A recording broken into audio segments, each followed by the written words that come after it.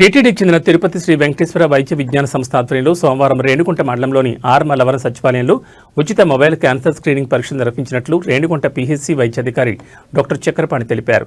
ముందుగా క్యాన్సర్ వ్యాధి లక్షణాలు, ముందస్తు నివారణ చర్యలపై అవగాహన కల్పించారు. రాష్ట్ర ప్రభుత్వ ఆదేశాల మేరకు జిల్లా వైద్య ఆరోగ్య శాఖ సహకారంతో తిరుపతి జిల్లాలో పింక్ బస్సుల ద్వారా క్యాన్సర్పై అవగాహన కార్యక్రమాలు, మొబైల్ క్యాన్సర్ స్క్రీనింగ్ వేగవంతంగా జరుగుతున్నాయి.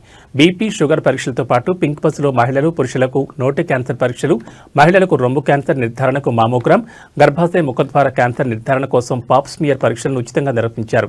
మహిళలు, పురుషులు విశేషంగా విచ్చేసి క్యాన్సర్ స్క్రీనింగ్ పరీక్షలు చేయించుకున్నారు.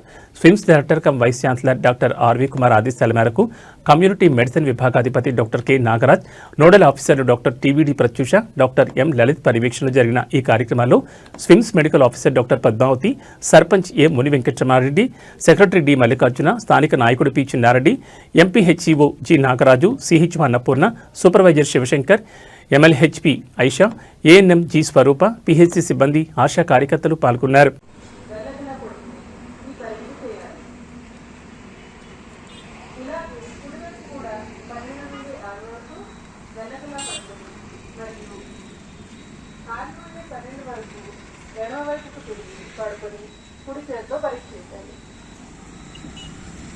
నాలుగవ దశలో పాలవాహికలు పరీక్షించబడతాయి.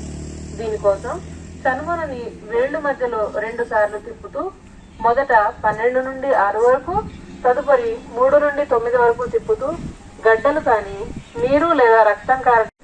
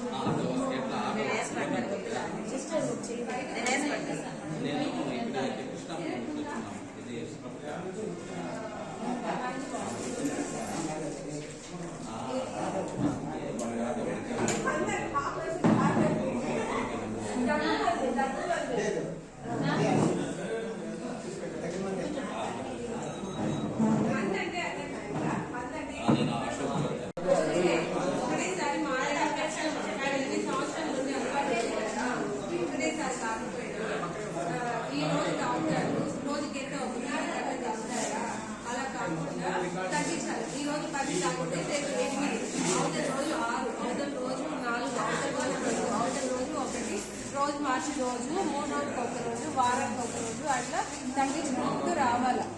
అది మీరు అనుకుంటే చేస్తారు, అనుకోకపోతే ఏం చేయలేరు.